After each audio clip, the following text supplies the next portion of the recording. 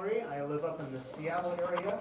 I've been doing handbells for a little over 20 years in different capacities as a conductor, ringer, composer. I've worked in the school setting, the church setting, community handbell choir setting. So I've really been blessed to have a lot of different experiences in the handbell world. My favorite thing to do is writing music for handbells. And again, I've been blessed to have lots of music published over the years. A lot of people are kind of curious about, well, how exactly do you put together a piece of music? So I want to work today on kind of collectively composing some different pieces, and hopefully that will demystify the process for some of you. As I said at the previous session this morning, I always love classes like this to be more of a conversation and a dialogue than just a lecture. So if any of you have thoughts, questions, particular areas you're curious about that you'd like to spend more time on, please do just chime in, and we can kind of tailor this class for what you're interested in learning about. How many of you have written music for handbells before? Some of you. Yeah, we were just talking with some of the other clinicians yesterday, and we said most musicians have sort of tried a little bit of composition arranging at some point. I want to start off just talking about some really easy things that we can do in a church context to create processionals, play along with hymns. I just downloaded this off of hymnary.org, which is the website a lot of you probably use for hymn resources and so forth. Basic setting of "O God, our help in ages past." So let's say this is the opening hymn for your Sunday, and you want to do something with the handbells to start it off. What are our notes that we have here on our first chord? C major, C, and G. Right, C major chord. So we got C and E, another C and a G. Let's have some of you in the front row here grab C's, E's, and G's. We have some singing bell sticks. We have more. Do you know what happened to the box with the mallets in them?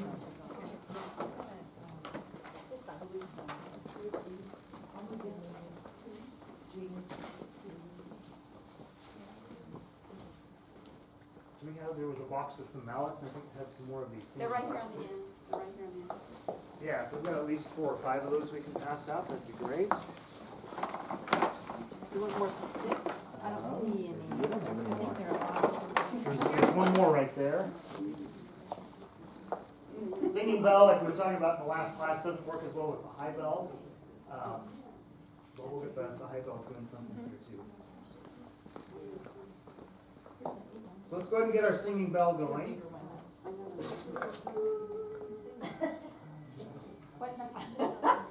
Sure, yeah.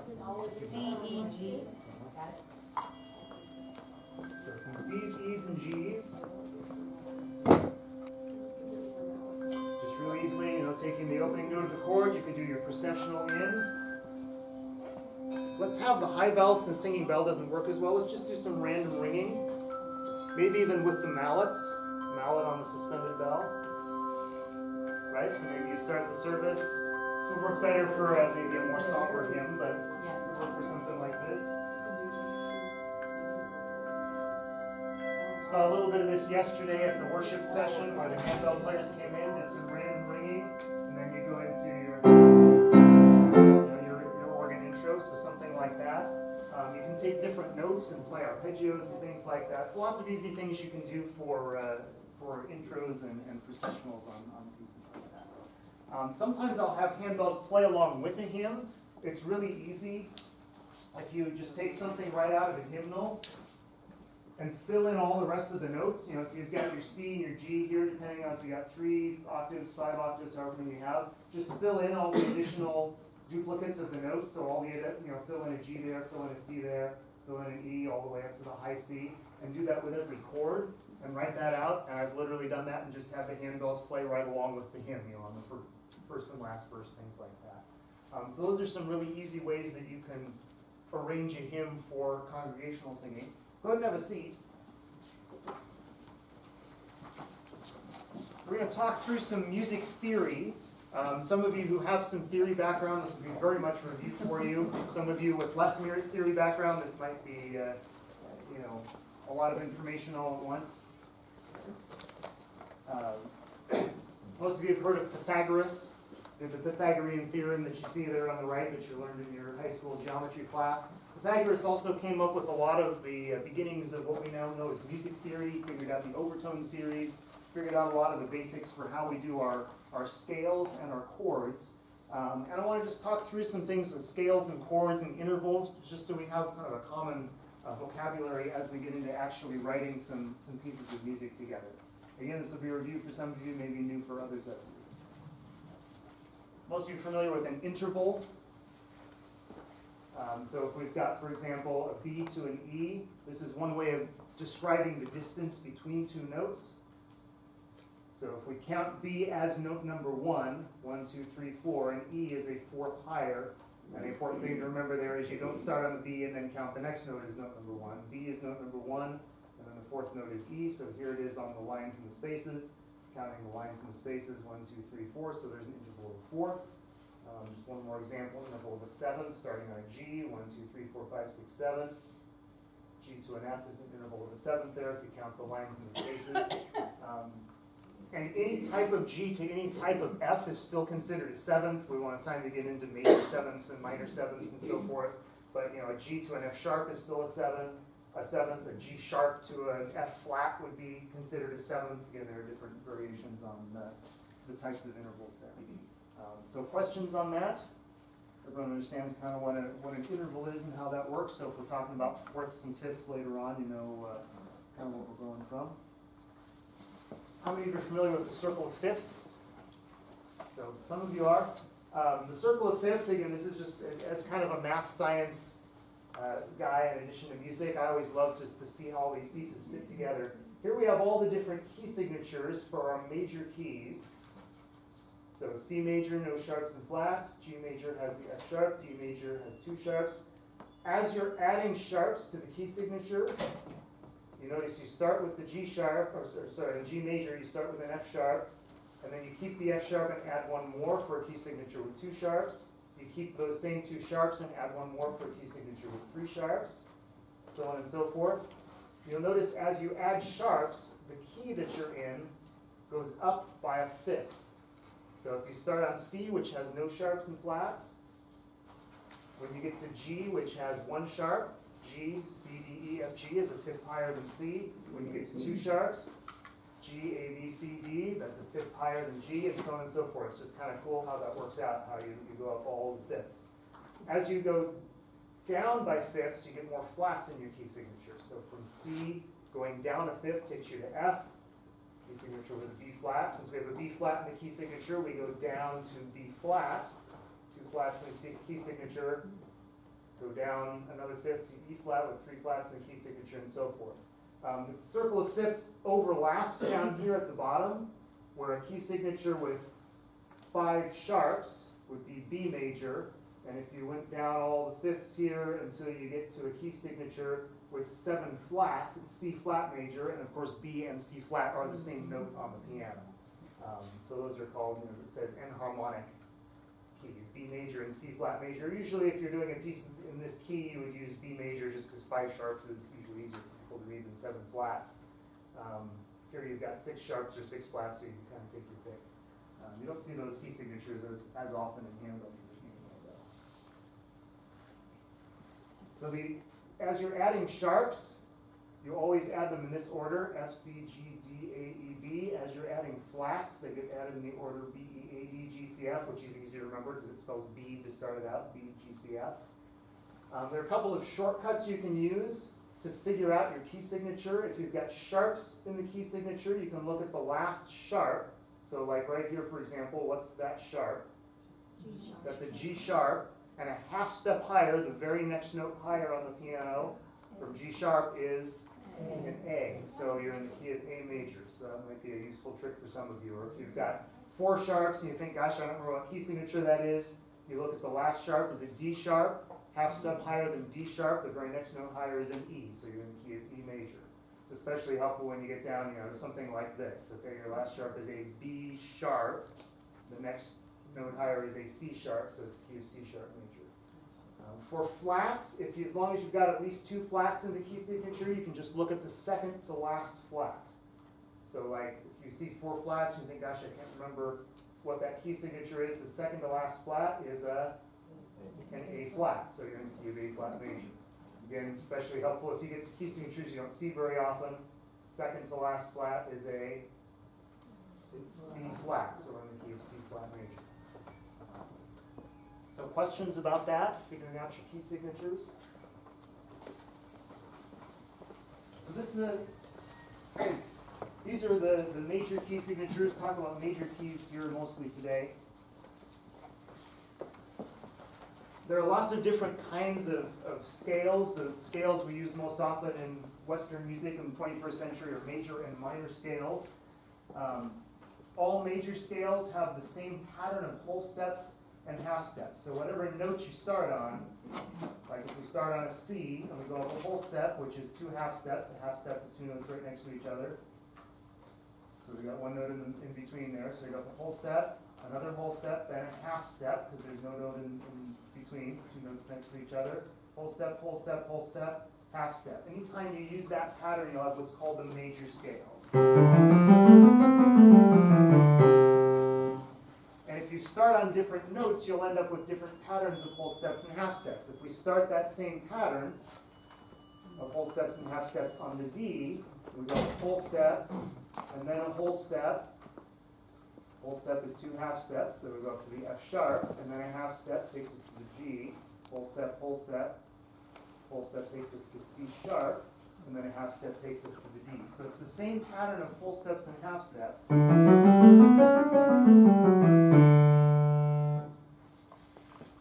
But using D as our starting note. So that's why the key of D major, again looking back at our circle fifths, that's why the key of C major has no sharps and flats. That's why the key of D major has 2 sharps. If you started that pattern on an E, you would end up with those 4 sharps. If you started that pattern on an A flat, you would end up with those 4 flats, and so on and so forth.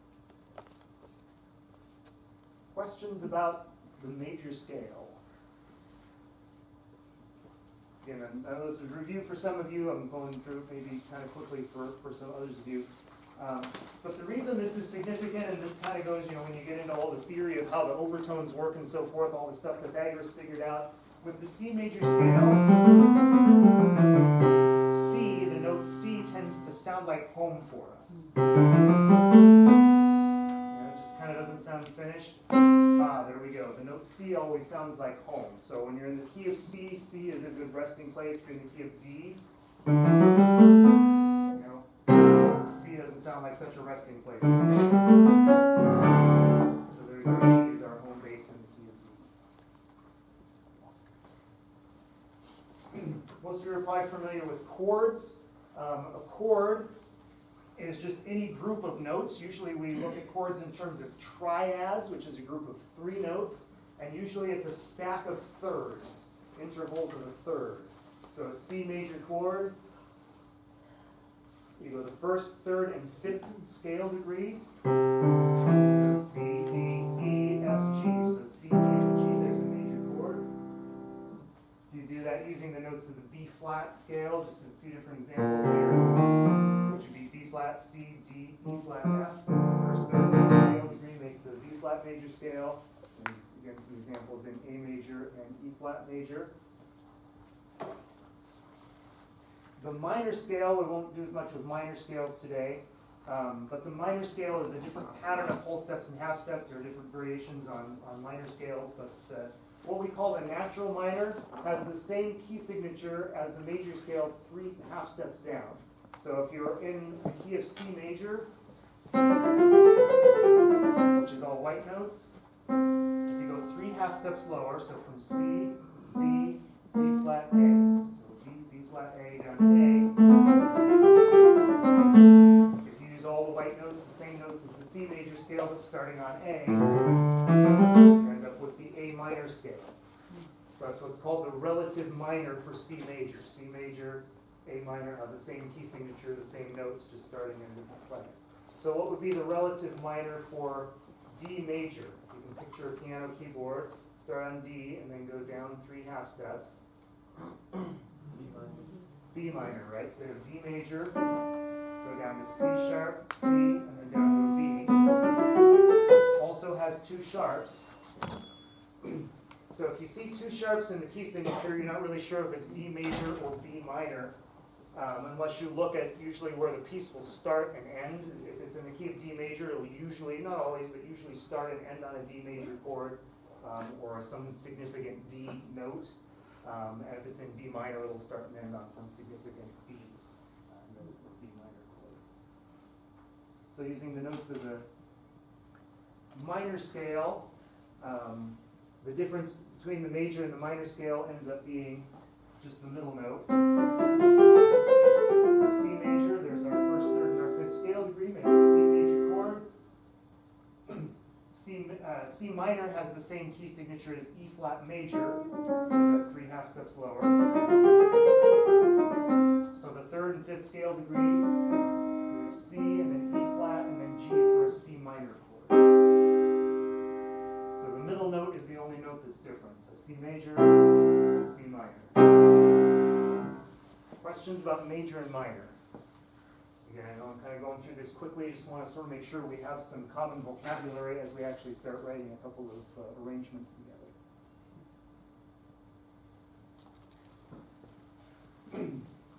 This is getting a little more advanced theory. This may be new for some of you. If you look at all the possible chords that you can make with the notes of the C major scale, so all the white notes on the piano ends up being, if I start on the C, I can make the C major chord. If I start with D as my bottom note and do a stack of thirds, it ends up being a D minor chord. If I start on E, it ends up being an E minor chord. Again, just using the notes, only using the notes in the key of C major. Start on F, it becomes an F major chord. Start on G, it's a G major chord. Start on A, it's an A minor chord. If I start on B, it's what's called a B diminished chord. A B minor chord would have an F sharp on the top, but because we lowered that F sharp, so it's called a B diminished chord. You don't see those as often, but that's the name for that. And then you get back to the C major chord at the end. So within the key of C major, using just the notes of the C major scale, those are all the possible chords that I can play.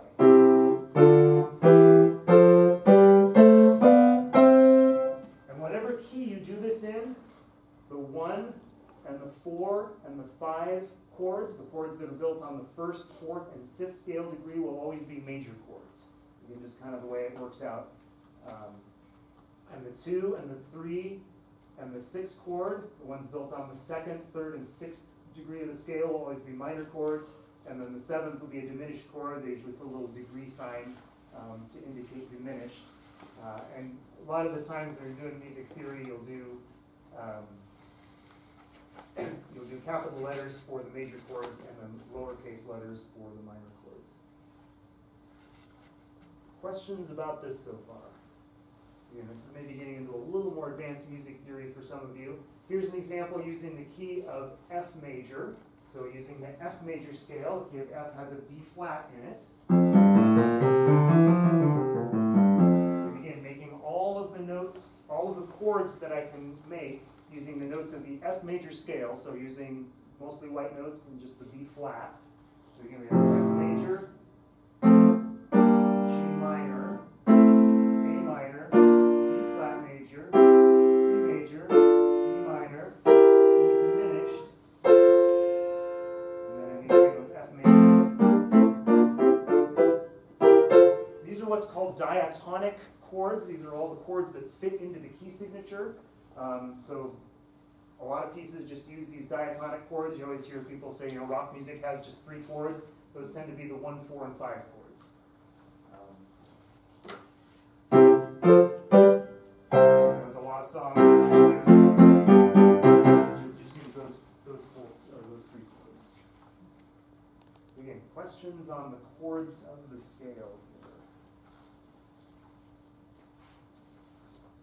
Take a look. I don't have this on the screen, but it's on your handout at the bottom of the second page. Talk about what are called chord progressions, which is which chords tend to naturally lead to which other chords. I had a teacher in college who just kind of summed it up with these basic rules down here at the bottom. A lot of the time, again, the interval of a fifth is really important in music. We saw it in the circle of fifths, how it fits with all the key signatures. A lot of the time you'll see descending motions of fifths in your chord progressions. So let me get the circle of fifths back up here.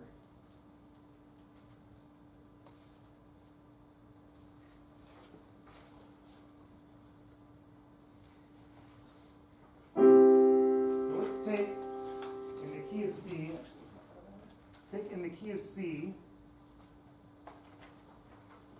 our one chord, our C major chord, so let's start on that one. What's the note that's a fifth below C? Would be an F, right? C, B, A, G, F. If you're going down backwards through the alphabet there. So C chord, so it would be an F chord. What's a fifth below F? F, E, D, C, B would be a B. So far we've done 1 and then 4 and then, we did a C and then an F and then a B, which corresponds to our 1 chord, our 4 chord, and our 7 chord. So what's a fifth below B? E. Down to an E. So there's our E minor chord. What's a fifth below E? Be an A. We've got our A minor chord, a fifth below A. We're in the home stretch here. Would be a D, D minor chord. Fifth below the D, G. And then fifth below that, C. So this is a really common chord progression where you've got your 1 chord, your 4 chord, 7, 3, 6, 2, 5, 1. A lot of the times in music, the chords that you're using to accompany a melody, again, we'll actually put this into practice here in a minute, and hopefully it'll be that much more clear. But a lot of the times, the chords will follow that pattern. Or if I do them in inversions, do the notes in different orders so they flow a little better.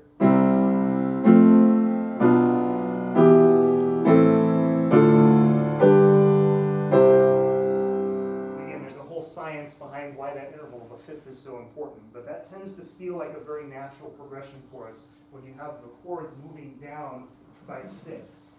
So you can see that written down at the bottom here on your handout, a 1 chord going to a 4 chord, whatever key you're in, that's always going to be the chord that's based on a note a fifth lower, going to 7, 3, 6, 2, 5, 1. So that chord progression pretty much always will work.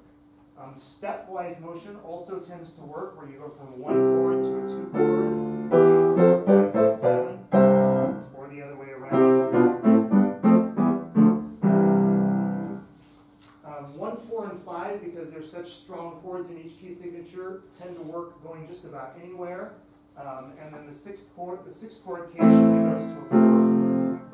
So those are the 4 rules. I said one of my teachers in college summed it up in these 4 rules, and I've just memorized these, and I use these a lot when I'm writing music.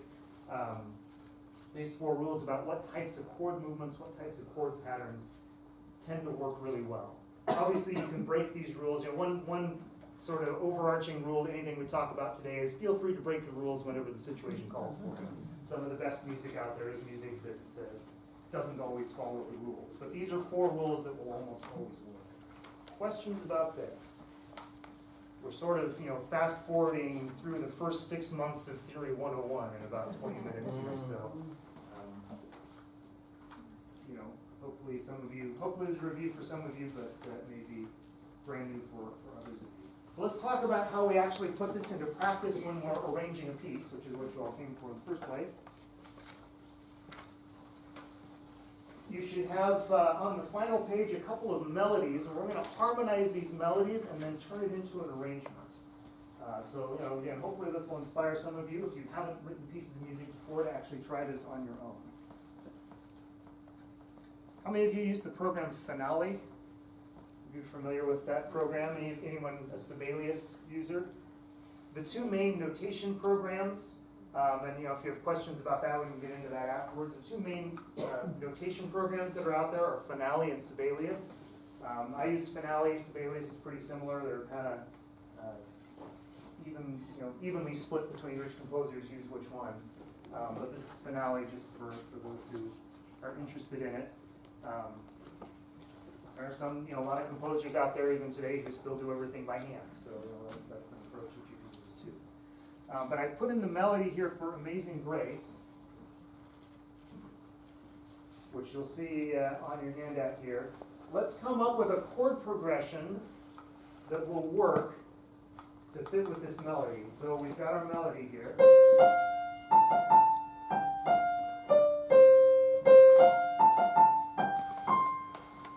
Which sounds great all by itself, but let's see if we can come up with some chords for the other bells to play that would fit with that chord progression. We've got our pickup note on C, so let's have our first chord come in the first main measure there. And like I said, almost always, not always, but almost always a piece will start on the one chord. So let's start there. So what's the one chord in the key of F? I've got it all written out there for you. It's an F major chord, right? We've got the F as the bottom note, as the root note there. And then we've got our chord based on that. So I'm going to write in an F major chord. I'll do it an octave higher. For now, we'll just do dotted half notes there. And you'll notice that the melody, it works really well with that chord because the F major chord, the one chord, has an F, A, and a C, and the melody has F's and A's in it. So the notes of the melody fit really well with that chord. Okay, so now we've got our next measure. What are the two notes we have in the melody in measure 2 there? A and a G. So there isn't any one chord that has both an A and a G in it, but which of those two notes do you think is maybe more significant? The A. Why? Longer. It's longer, And it's first. and it's also on the first beat, right? We tend to feel the strong pulse on the first beat of each measure. So it's on the first beat and it's longer. So let's look at a chord. So if you remember our rule about where we could go for 1, we said 1, 4, and 5 can go anywhere. So we've got lots of options. What's a chord? And just pick one and we'll sort of see how it works for us. Pick a chord, somebody, that has an A in it. So one of the chords from the key of F here. A minor. A minor.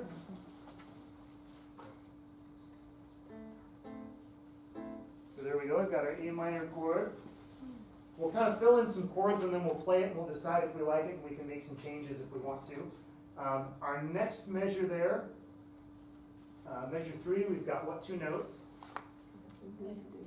F and a D, again with the F being the more prominent one because it's on the first beat and because it also lasts longer. So we're on our 3 chord. If we look at our, for now we're just kind of following the rules here. We said a 3 chord, if we're going through our circle of fifths, going descending by fifths, our 3 chord could go to a 6 chord, which would be what? D minor, and that, the F and the D certainly fit in that. A 3 chord could also go, if we move stepwise, it could go to a 2 chord or 4 chord. The 2 chord, the G minor, doesn't fit as much. It does have a D in it, but it doesn't have an F in it. The 4 chord could work because it has both a D and an F in it. So somebody pick one. Do we want to do our 4 chord B flat major, or do we want to do our 6 chord D minor? B flat? All right, we'll do B flat.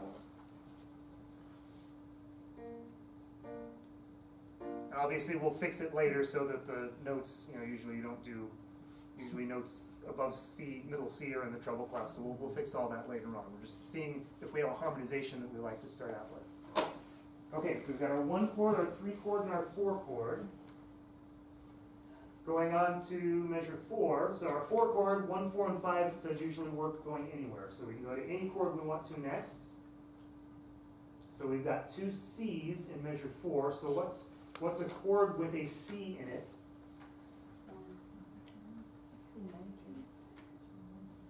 Do C major, we could do our 5 chord there.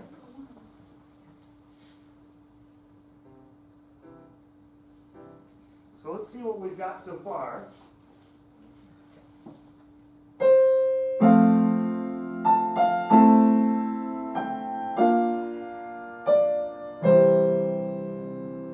Sounds pretty nice, works fine. Let's go on at least through the next phrase, and then we'll kind of play around with what we've got so far. So measure 5, we've got our F and our A again, so we've got our 5 chord here in the key of, or in measure 4, we've got our 5 chords, so we said 1, 4, and 5 can go anywhere. We've got an F, again a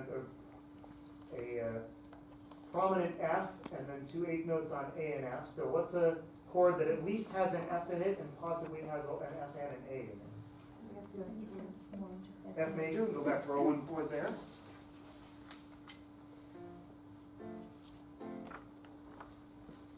Measure 6, this is just a repeat of these 2 measures here.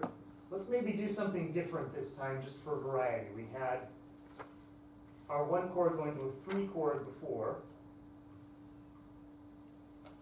So what's a different chord? Go to our D minor.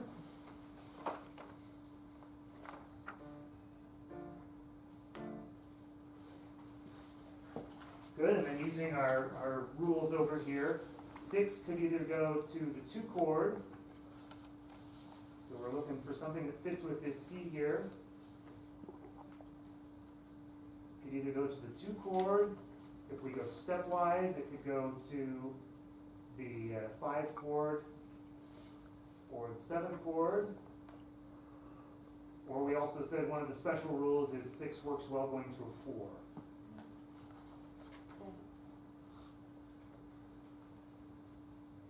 And ideally, we want to find a chord that has a C in it. So the 7 chord, the E diminished chord, doesn't have a C in it. So that. So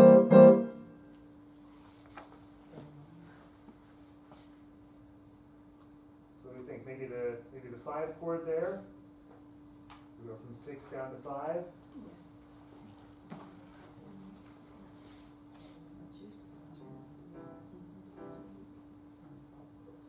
And then since this note's tied, maybe we tie that chord over just for now. So let's hear what we've got so far.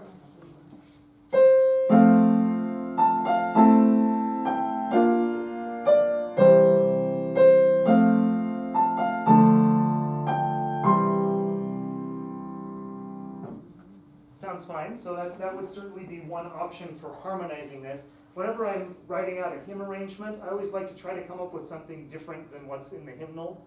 There are way too many handbell arrangements out there. It sounds like someone just sort of took the hymnal and copied all the chord progressions and so forth. It's always fun to come up with a different chord progression that you don't always hear.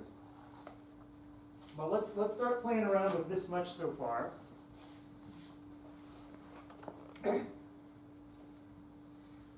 Let's actually talk about this chord progression a little bit first, just to give some different options, different things to think about.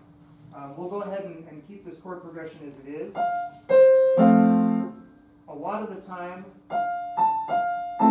you'll notice the melody from measure 1 goes from an F to an A, and our chord progression also goes from an F major to an A minor. In traditional theory, you usually try to avoid parallel motions. There's nothing wrong with it, but since the chord and the bass are both going, or the melody and the chord are both going up the same there, sometimes that works and sometimes it doesn't. Sometimes it's more interesting to go in a different direction with your chord, but again, you can kind of play around and just come up with a sound that you like. Let's first of all rewrite this the way that we would usually see it in handbell notation. Our melody works really well because the highest note here is a C, which is the highest note, if we're writing this for 3 octaves. So everybody up in the upper range there has something to do. So let's fill in these notes. We've got A, C, and E. I'm going to take my...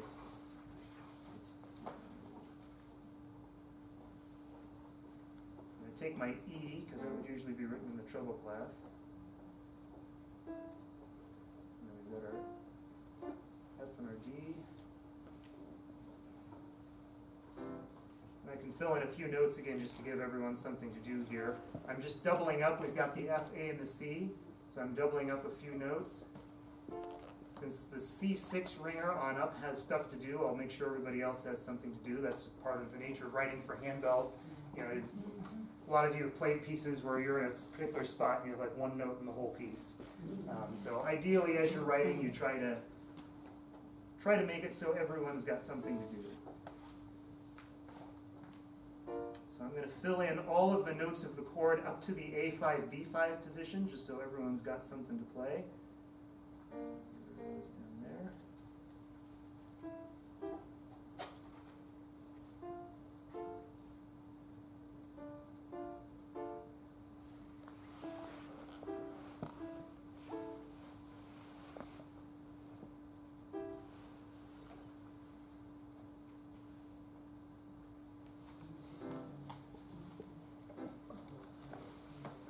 So there we go. So I just took our chords that I had here. Right, we had our F major chord, and I just sort of doubled up the notes. F, A, and C, and I doubled up the notes there. A, C, E, and then I added another A on the top, again up to the A5, B5 position, because the C6, D6 position on up already has stuff to do. Let's try, go ahead and stand up, those of you in the front row. Let's try playing through what we have so far. Hopefully you can see it well enough up here. And let's see what it sounds like on actual bells.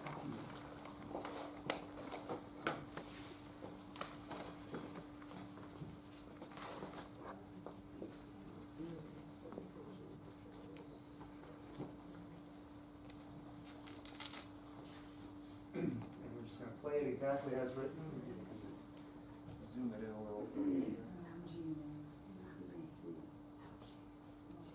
Better.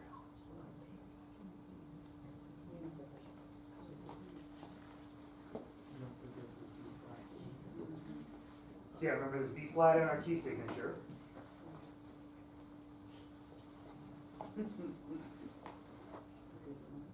Fill in the rest down there. So here we go. So we've got our pickup. Measure one.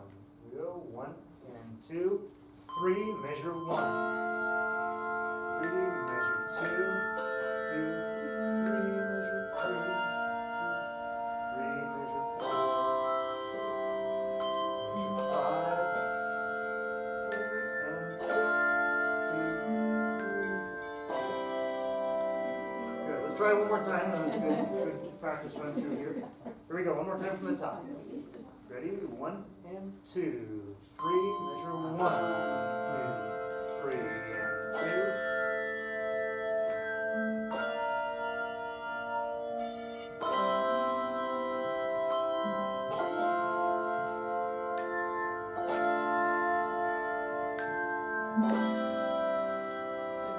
Okay, so it's sounded okay so far. You know, this it's a little uninteresting maybe at this point, but it definitely works.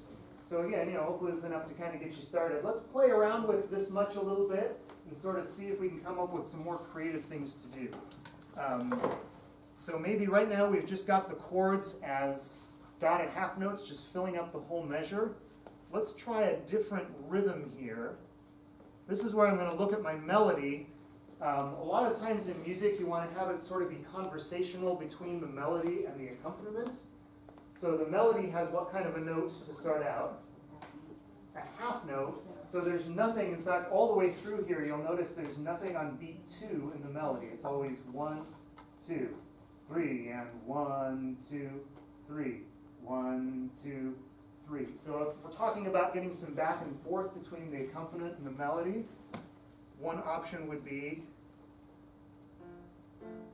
to do something like this.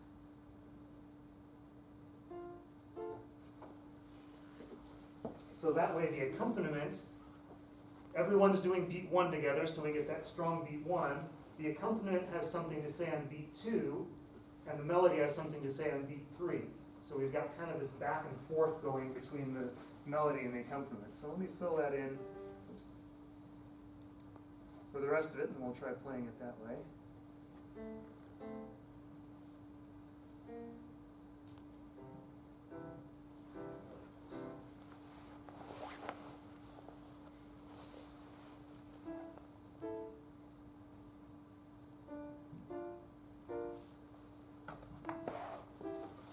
try just the first line here and see how we like that.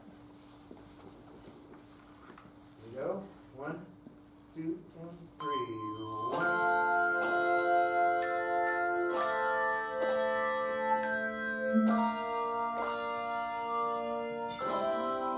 Good. So it's starting to get a little more interesting. It's starting to sound more like an arrangement instead of just, playing something straightforward. What are some other techniques we could use in here? We're all ringing so far.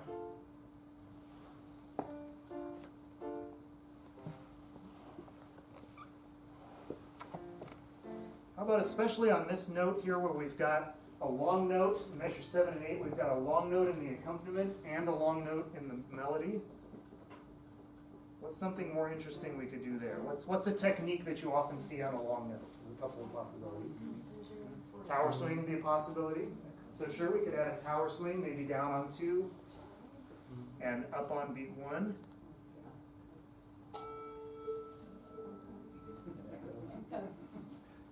You could do echoes there. Either one of those would work. So let's go ahead and do our tower swings.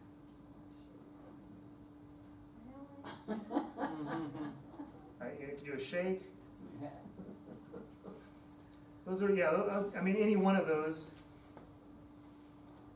kind of buried in there. I'd have to, format it a little bit better if we're getting it ready for publication or something, but you can see the arrow in there. So yeah, anytime you have a long note, it just kind of sits there. It's nice to do something like a tower swing or echoes or shake, something to get some interest. So let's try measures 1 through 8 now as written. Here we go. 1, 2, 3.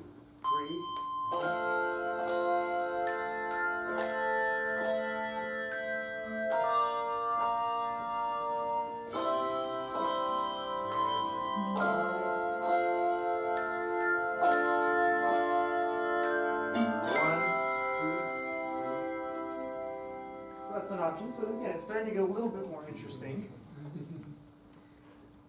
Any other thoughts on different things we could do just with this much of it so far? Different techniques, different rhythms.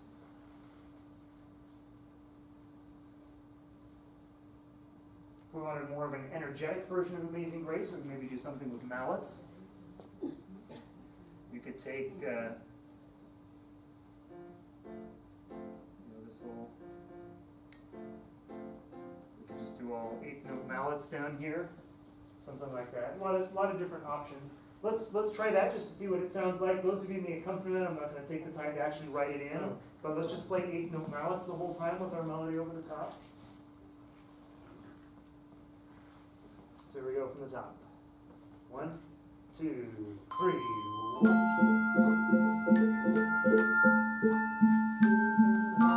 So actually playing the same notes, we're just doing all 8 notes of the mallets.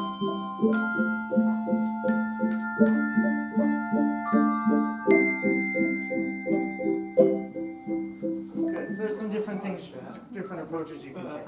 So usually when I'm arranging a piece, Amazing Grace is a fairly short melody, so maybe I'll have the melody repeat 3 or 4 times, do some different techniques each time. Maybe one time I'll put the melody in the bass clef and have take the same approach to coming up with a chord progression, have that over the top. And the more you do it, you just kind of play around with it. And sometimes, like I said, the big overarching rule is feel free to break the rules when the situation calls for it. Sometimes I'll come up with chords that aren't even in the key signature or chords that don't follow this pattern, and sometimes you get some unique sounds that way. So questions or thoughts on this so far? Go ahead and have a seat for a minute. Let's take a look at the next melody that we have, which is Twinkle, Twinkle, Little Star.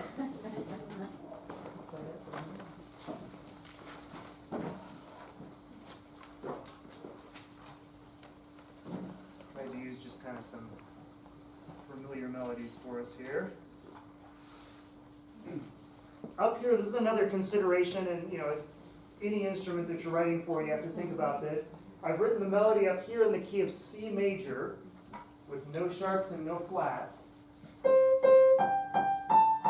maybe you find this in a piano book or something, you say, hey, I want to write an arrangement of Twinkle, Twinkle, Little Star. You find it in the piano book, and you figure out your melody notes.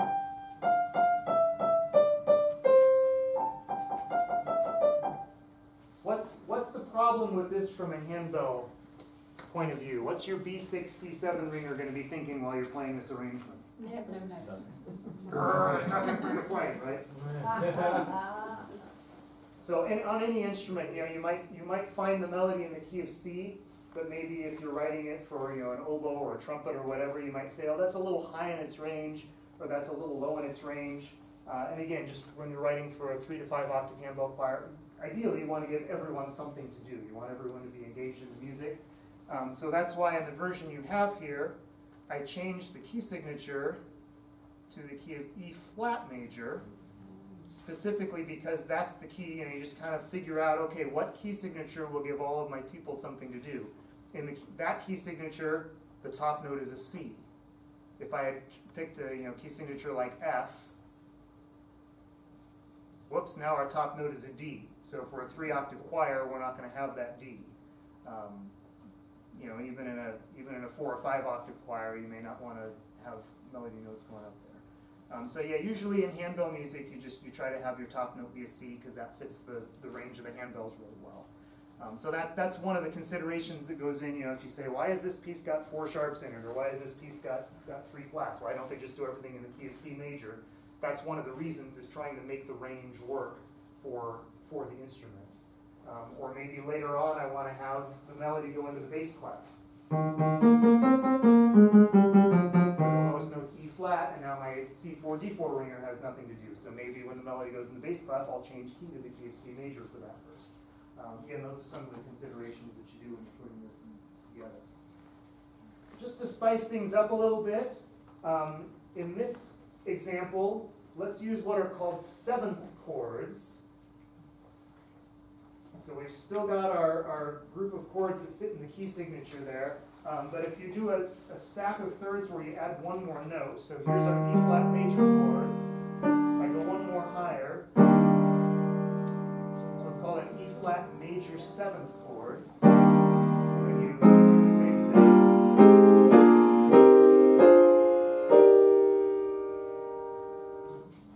It still follows the same basic rules for how the chord progressions work.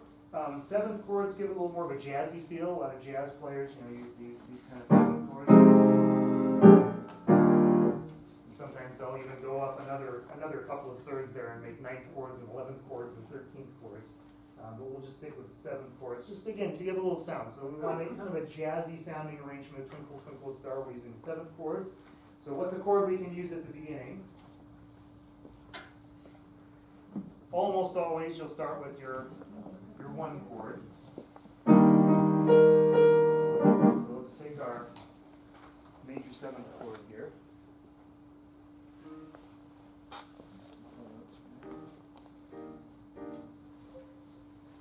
So where should we go from there? Our next measure, measure 2,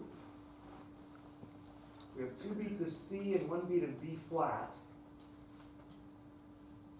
Let's try to stick with 1 chord per measure, and there's no reason you couldn't do 2 chords per measure, or even a different chord on every beat if you wanted to. But since the C is the first note and the C is on the strong beat, let's find a chord that has a C in it somewhere. So somebody call out a chord that's got a C in it. 1 chord can go anywhere, so we're wide open as far as which chord we use. Which one? 2 chord, sure.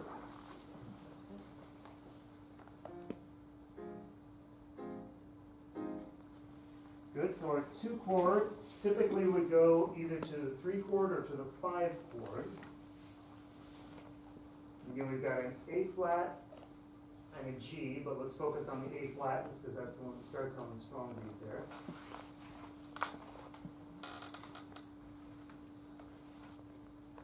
Right, the 5 chord would work because there's an A flat at the top of that B flat 7th chord there.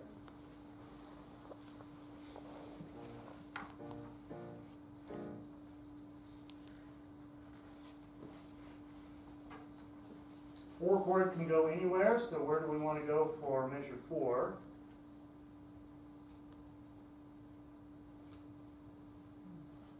Something with maybe a strong F in it.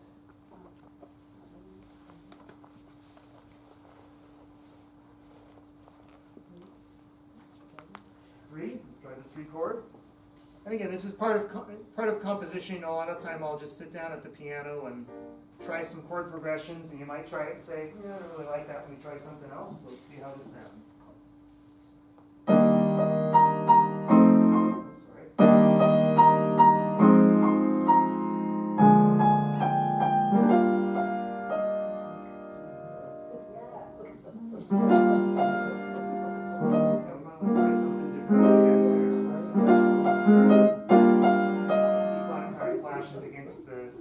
The G minor 7th chord. So let's say that's a case where maybe we want to do 3 chord going to a 4 chord. Just to kind of pick something to try there, because that's got an E flat in it.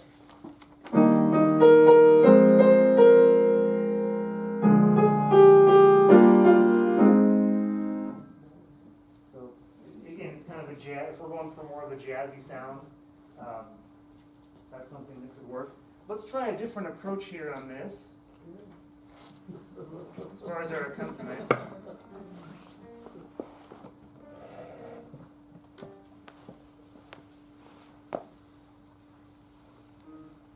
I'm taking the notes and splitting them into what's called an arpeggio, where you just go through one note at a time.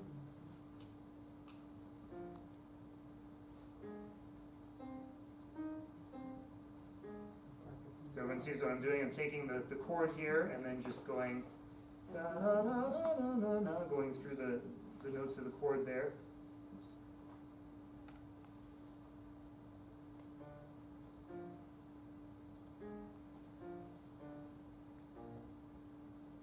And we'll clean this up so the notes are in the right staff here in just a minute.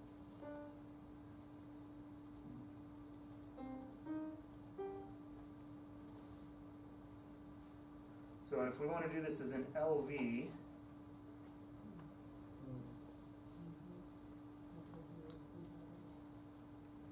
okay, so here's where we have to figure out, since the D is the note that needs to go up into the upper staff here, what rhythm, what length of note do I need to have for the first one? If I need to have the D playing on the 1 and then the and of 2, or yeah, the 1 and the 2. So a dotted quarter note, followed by an 8th note. So does everyone see how that D is going to match the rhythm here? It's LV, so it doesn't damp.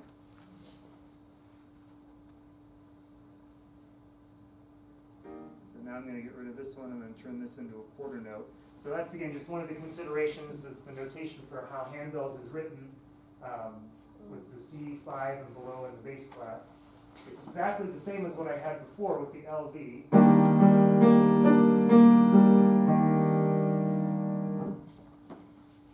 It'll just sound like it's an arpeggio going between the two staves there. And then we do the same kind of thing here. That will be exactly the same.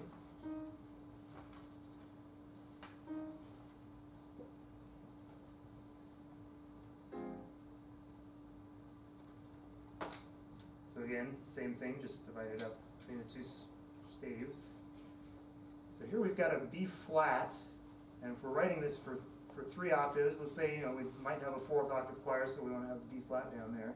But let's put the B flat also in this range up here. And then the same thing at the end. So for 3 octave choirs, the chord will be in what's called an inversion, meaning it doesn't have the root note on the bottom of the chord. It'll have a D on the bottom, but a lot of the times that works fine.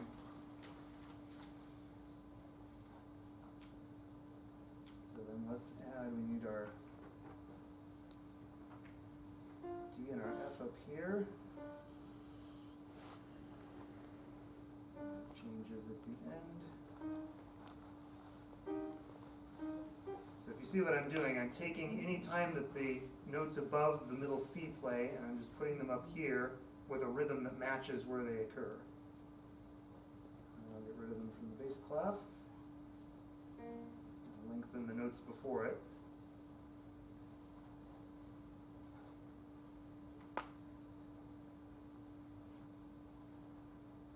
So let's try playing this and see how we like it. And sometimes I'll come up with an arrangement, I'll play it and say, I don't like that at all, and you throw it out and you start all over. One other problem we talked about before is we don't have anything for some players to do here in the middle. The high bell players are engaged. up through G5 has something to do. So let's maybe just for now fill in some other notes of the chord. So we've got our E flat, G, B flat, and D in our major seventh chord there. So even just on the first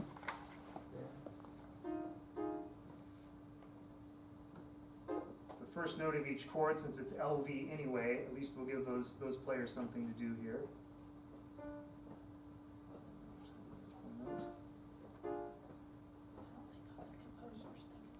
So you see what I'm doing? I'm just doubling up the notes to kind of fill in the spaces here.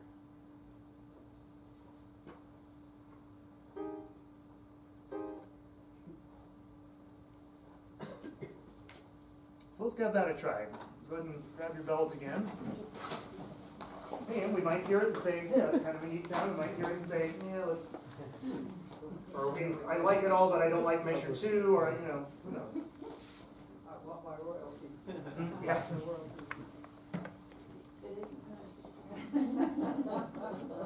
When it's divided among all the people. So here we go. We'll take it nice and slow. So you have B, E, and A flat in the key signature. Here we go. Ready? 2, and 3, and 4, and 1. We'll check our key signatures. So we got B, E, and A flats. Everything else is natural. Top again. Ready? Go. 2, and 3, and 4, and 1.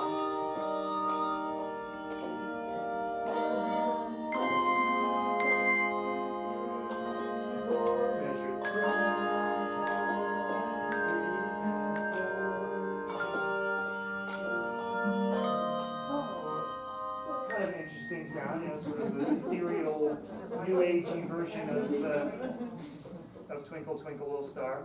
And again, depending, depends on what kind of sound. If you're going for a super energetic one, you might do more of the mallets or more blottos. If you're doing something that you want more kind of spacey sounding, you do more of like this with the LVs. And when you're trying to, if you're writing for your ensemble and you know that you have an ensemble that's, a level 2 or a level 4, obviously you'll write it very differently. If I was writing for a super advanced ensemble, I wouldn't be afraid to experiment with some 16th note rhythms. If I'm writing for more of a beginning choir, I'd probably do something more like what we had on Amazing Grace, especially at the beginning, where it was mostly quarter notes and half notes. So those are just, again, hopefully this demystifies the process for some of you and encourages some of you to pull out some manuscript paper and try writing up, copy out the melody of the hymn and try coming up with some chord progressions, try figuring out some different things you can do with those chords, whether it's mallets or different rhythms. And mostly just look at, pull out some handbell pieces that you like and kind of look at them and see, what sorts of rhythms did they use? What sorts of chord progressions did they use? That's really, the best way to learn composition is just to study other compositions that you like. We have just about a minute left. Any questions on anything? Okay, so if you were wanting to write, say, Twinkle, Twinkle, Little Star, just for your group to play, there's so much about copyright laws and everything. I mean, is that legal, or do you have to? Twinkle, Twinkle, Little Star being a folk song is in what's called the public domain. Pretty much copyright law in the United States came into being, there were a couple of different phases, but pretty much anything before 1923 is in the public domain. So if it's, Oh God, Our Help in Ages Past, that's hundreds of years old, you don't have to worry about that.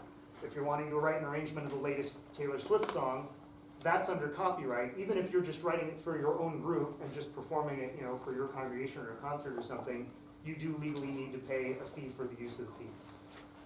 Most copyrights are owned by a company called Hal Leonard or Alfred Publishing. They tend to be the ones that own the most number of copyrights.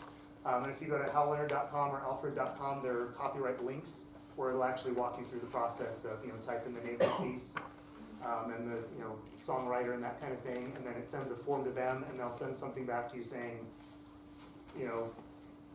click this button and fill in your name and you pay $10 or most I've ever had to pay, I think it was about 150. The least I've ever had to pay was 10. Just depends on the particular song. But then once you do that, you're legal to use the piece. Publishers have to go through a different process. Publishers usually like you to have gone through that, what's called the permission to arrange process before you start, and then the publishers have a whole permission to publish process, but they take care of that. But yeah, any folk tune or, anything before early 20th century is public domain, so you don't have to worry about copyright for that. That's why there are so many hymn arrangements out there, because the publishers don't have to pay copyright on it, so, it works out a lot better. So other questions? So even if, I took a Joseph Martin choral arrangement Mhm. and arranged it for 3-octave bells and trumpet. But I didn't receive permission from anybody. I did give credit at the bottom of the page that I just did. And we performed it once, so I go to jail or I tear it up or. Yeah, there's something called fair use which kind of says, if you're just making slight tweaks to something, usually that's considered okay. In general, I would say err on the side of contacting the publisher. If you've got, a Joseph Martin piece for like piano and choir, and you're adding a handbell part to it, that's making a significant enough change to the piece that I would go ahead and just, go to alfred.com or whatever the publisher, if it's Lorenz or whatever. Most of the publishers have a copyright link on their page where you can send fill out a little form saying, hey, here's what I want to do. 99% of the time, they'll send back something saying, sure, fine, go ahead. Every once in a while, the composer might say, no, I really don't want handbells with that piece, and the composer gets to make that decision. So yes, always err on the side of asking permission. Usually they'll say yes right out of the bat, but legally they have the right to say no, or to say, yes, you make that change, but we want to charge you a $10 fee or something. Even if you receive no compensation for it, it was That just. absolutely. That's right, we talked about Yeah, even if you're just playing it in church, it's exactly the same thing. There was a famous story where some church in, I don't remember where it was, decades ago, they had written out a hymn that used the tune to Edelweiss. And they were using it in their congregation, and one Sunday it just so happened that Richard Rogers visited their congregation, and he actually ended up suing the congregation for using his melody without Well, asking permission Forget first. I ever mentioned So, it. again, if you're just making a slight change, like the piece it's for piano, flute, and choir, and you're doing it with an oboe or something, that's usually considered fair use, just making a very slight change like that. But anytime you're doing something significant, it's always best to just ask the publisher just to stay above